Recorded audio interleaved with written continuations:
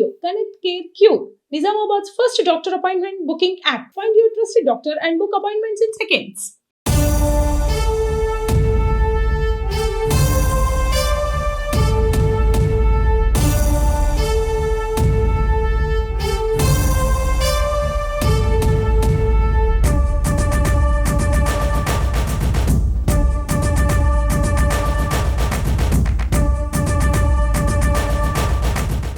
నమస్తే, welcome to Suman TV. Kamareddy జిల్లాలో municipal councillor ఎలక్షన్లు రసవత్తరంగా సాగుతున్నాయి. రోజు రోజు గడిచిన కొద్దీ అభ్యర్థులలో ఇంటింటికి ప్రచారాలు ముమ్మరంగా సాగుతున్నాయి. అందులో భాగంగానే ఈ రోజు 33వ డివిజన్ కౌన్సిలర్గా కుంబాల రవి యాదవ్ గారి దగ్గర ఉన్నాం. ఒకసారి మాట్లాడి తెలుసుకునే ప్రయత్నం చేద్దాం. సార్ నమస్తే, ఎట్లా జరుగుతుంది సార్ ప్రచారం? చాలా బాగుందని ప్రజల నుంచి మంచి స్పందన వస్తుంది. పనిచేసే వాళ్ళని గెలిపిద్దామనే ఉద్దేశంతో ప్రజలందరూ కనిపిస్తున్నారు. గతంలో ఈ వార్డులో చైర్మన్లుగా పనిచేసిన వారు కూడా ఏం అభివృద్ధి చేయలేకపోయారు. ఆ ప్రభావం చాలా ఉంది. ఎందుకంటే ఇంత పెద్ద కాలనీ కామారెడ్డి బంజారా హిల్స్ అని చెప్పుకునే విద్యానగర్ కాలనీలో సమస్యలు చూసే చాలా తీవ్రంగా ఉన్నాయి. ఎలాంటి అభివృద్ధి జరగలేదు. ఏదో షోప్టాప్ పనులు చేసిరు తప్ప ప్రధాన సమస్య నీటి సమస్య బాగా ఉంది. డ్రైనేజ్ సమస్యలు విపరీతంగా ఉన్నాయి. వర్షం పడితే చినుకు పడితే అపార్ట్మెంట్లలోకి ఇళ్లలోకి నీరు చేరి నానా ఇబ్బందులకు ప్రజలు గురవుతున్నారు. అవి చూస్తేనే చాలా బాధ అనిపిస్తుంది. చాలా స్లమ్ ప్రాంతాల్లో కూడా అలాంటి పరిస్థితి లేదు. కానీ విద్యానగర్లో ఉండడం చాలా దారుణం. ఇది నిజంగా బాధేస్తుంది. మీరు ఇన్ని రోజుల నుండి క్యాన్వర్సింగ్ కి తిరుగుతున్నారు కదా, మీ దృష్టికి వచ్చిన ప్రధాన సమస్యలు ఏమున్నాయి? ప్రధాన సమస్యలు ముఖ్యంగా ఈ నీటి సమస్య చాలా ఉందండి.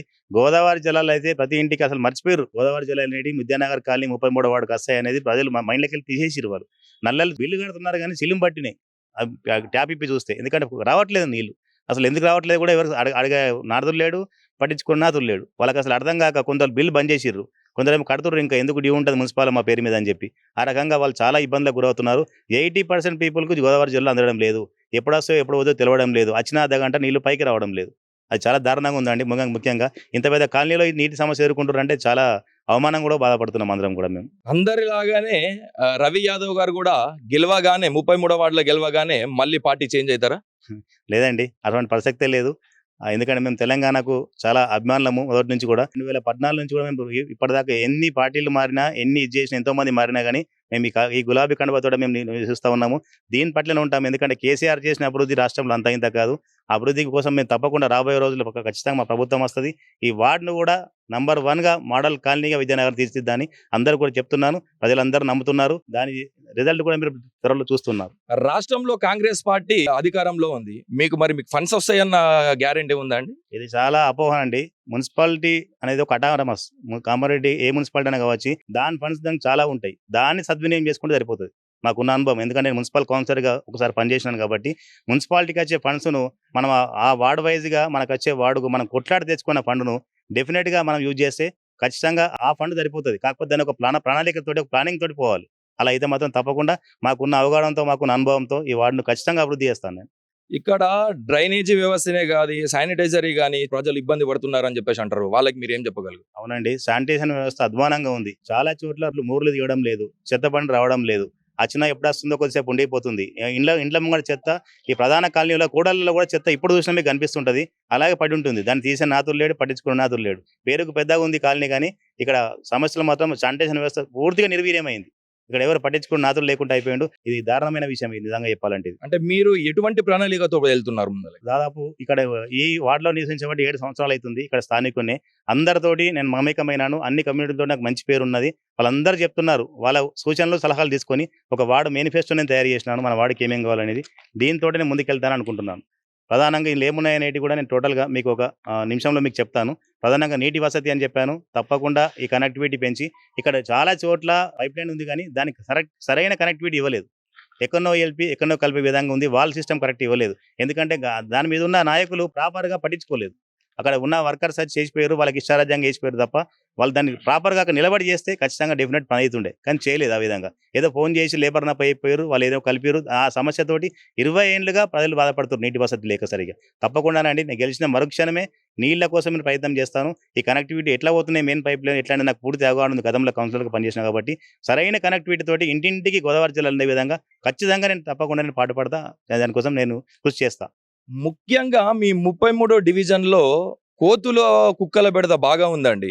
దానికి మీరు ప్రజలకు ఏం చెప్తారు? 100% అండి. గతంలో కూడా నేను చేసిన కాబట్టి కోతులు కుక్కల బెడద అంటే కుక్కల విషయంలో అయితే మనకు ఒకటి వ్యాక్సిన్స్ వస్తూ ఉంటాయి. మీకు అందరికి తెలిసిన విషయమే. దానిలో కుటుంబ నియంత్రణ ఆపరేషన్లు చేస్తూ ఉంటాము. అది మున్సిపాలిటీలో ఖచ్చితంగా దాని ఫండ్ సపరేట్‌గా ఉంటది. మాకు అవగాహన ఉంది కాబట్టి దాన్ని కరెక్ట్ చేసుకొని రాబోయే రోజుల్లో ఒక 6 నెలల్లో కుక్కల బెడదను తీసేసే విధంగా అంటే వాళ్ళని ఎలాగో వాళ్ళని చంపే విధంగా కాదు. కుటుంబ నియంత్రణతో దాన్ని తగ్గించి దాని ప్రభావాన్ని పూర్తిగా నిర్వీర్యం చేద్దామని నేను తప్పకుండా అందరికీ మాట ఇస్తా ఉన్నానండి. మీరు 33వ డివిజన్ ప్రజలకు ఏం చెప్పదలుచుకున్నారు? ముఖ్యంగానండి నా ప్రధాన ఉద్దేశం నేను మొదటి నుంచి చెప్తున్నాను. నా ప్రధాన ఉద్దేశం, ప్రధాన లక్ష్యము నేను ఈ 33వ వార్డులో పోటీ చేసే కన్నా ముందే ఇక్కడ సీసీ కెమెరాలు ఏర్పాటు చేద్దామని ఒక ఆలోచన వచ్చింది. ఎందుకంటే చాలా పెద్ద కాలనీ, మంచి కాలనీ, స్కోప్ ఉన్న కాలనీ. కాబట్టి ఈ 33వ వార్డు మొత్తం సర్వే చేయించినాను. 220 సీసీ కెమెరాలు అవసరం ఉంటున్నాయి. 220 కెమెరాస్ అవసరం ఉంటున్నాయి వార్డు మొత్తం. మన ఓన్లీ 33వ వార్డుని. ఆ కెమెరాస్‌తో నేను ఖచ్చితంగా మన టోటల్ ఫిట్ చేయించి దాని మానిటరింగ్ అనేది కూడా ఇక్కడ రోటరీ ఆడిటోరియం మనకు మంచి ప్లేస్ ఉంది ఈ కాలనీలో. అక్కడ మానిటరింగ్ పెట్టి ఈ టోటల్ ఒక మనిషి ఎట్లా వస్తాడో వార్డులకు ఎట్లా వెళ్తాడు, ఒక బైక్ వస్తే కూడా టోటల్ ఎట్లా వస్తుంది, ఎట్లా వెళ్ళే విధంగా టోటల్ నేను ఎస్టిమేషన్ వేయించినాను. ఆ 220 కెమెరాస్ ఖచ్చితంగా నేను గెలిచిన 3 నెలల్లో ఫిట్ చేయిస్తాను మాటిస్తున్నాను. తప్పకుండా ఫిట్ చేయిస్తాను. సురక్షిత ప్రాంతంగా చేస్తాను. ముఖ్యంగా ఇంకోటి పచ్చదనం. నిజంగా కూడా ఈ వాడ ఒక బాక్స్ లాగా ఉంది. మీరు కూడా పరిశీలించవచ్చు. ఇక ఏదో ఇలా తలాతోక లేకుండా ఎటటో లేదు. వాడు అంటే దీని స్వరూపం కూడా చాలా బాగుంది. 4 రోడ్స్ ఒక బాక్స్ లాగా ఉంది ఈ వార్డు. కాబట్టి ఇక స్కోప్ ఉన్నవాడు లోపల మంచి రోటరీ పార్క్ ఉంది. మంచి కాలనీస్ ఉన్నాయి ఇందులో. తప్పకుండా గ్రీనరీ విషయంలో ప్రతి ఇంటికి ఒక చెట్టు పెట్టిపిస్తాను. ప్రతి ఇంటికి ఒక పెద్ద చెట్టు పెట్టించి గ్రీనరీ చేసి దాన్ని కాపాడి ల్యాండ్స్కేపింగ్ కావచ్చు. మళ్ళీ అక్కడనే కొన్ని సిమెంట్ బెంచెస్ ఉంటాయి అక్కడక్కడ. ఎందుకంటే చాలా మంది రాత్రి వేళ చూస్తున్నాను. ఇక్కడ కొందరు కమ్యూనిటీ వాళ్ళు అక్కడ రోజు వాకింగ్ చేస్తున్నారు. వాళ్ళ సెక్యూరిటీ లేకుండా ఉంది. అప్పుడప్పుడు సేద తీరే విధంగా అక్కడక్కడ నేను కొన్ని సిమెంట్ బెంచెస్ ఏర్పాటు చేసి ట్రాఫిక్ ఇబ్బంది లేకుండా ఖచ్చితంగా వాటిని కూడా నెరవేరుస్తాను. సీసీ కెమెరాలు, గ్రీనరీ. ఆ తర్వాత ముఖ్యంగా నీళ్ళ సమస్య ఉంది. డ్రైనేజ్ సమస్య చాలా ఉంది. భైరవ అపార్ట్మెంట్ ఆ ఏరియాల ప్రాంతంలో నీళ్లు వస్తే మొత్తం అపార్ట్మెంట్లలోకి కార్లు కూడా మునిగిపోతున్నాయి. అంత దారుణంగా ఉంది. ఆ డ్రైనేజ్ సమస్య ఖచ్చితంగా తీరుస్తాను మాటిచ్చినాను. పెద్ద ఎత్తున డ్రైనేజ్ వ్యవస్థను సెట్ చేసి లెఫ్ట్ రైట్ కట్టించి వాటిని ఎలా వెళ్తాయో డ్రైనింగ్ వాటర్ వెళ్ళే విధంగా దాన్ని కృషి చేస్తాను తప్పకుండా. నేను దాని ప్లానింగ్ ఉంది. ఇది చాలా సమస్యలు 33వ డివిజన్ లో చాలా సమస్యలు ఉన్నాయని చెప్పేసి కూడా చెప్తున్నారు. ఒకవేళ నేను గెలవగానే ప్రధానంగా అన్ని సమస్యలను కూడా దగ్గరుండి సాల్వ్ చేశానని చెప్పేసి కూడా కుంభాల రవి యాదవ్ గారు చెప్పారు. ఎప్పుడు ప్రజల మధ్యలోనే ఉంటా, ప్రజలకు అందుబాటులో ఉంటా అని చెప్పేసి కూడా చెప్తున్నారు.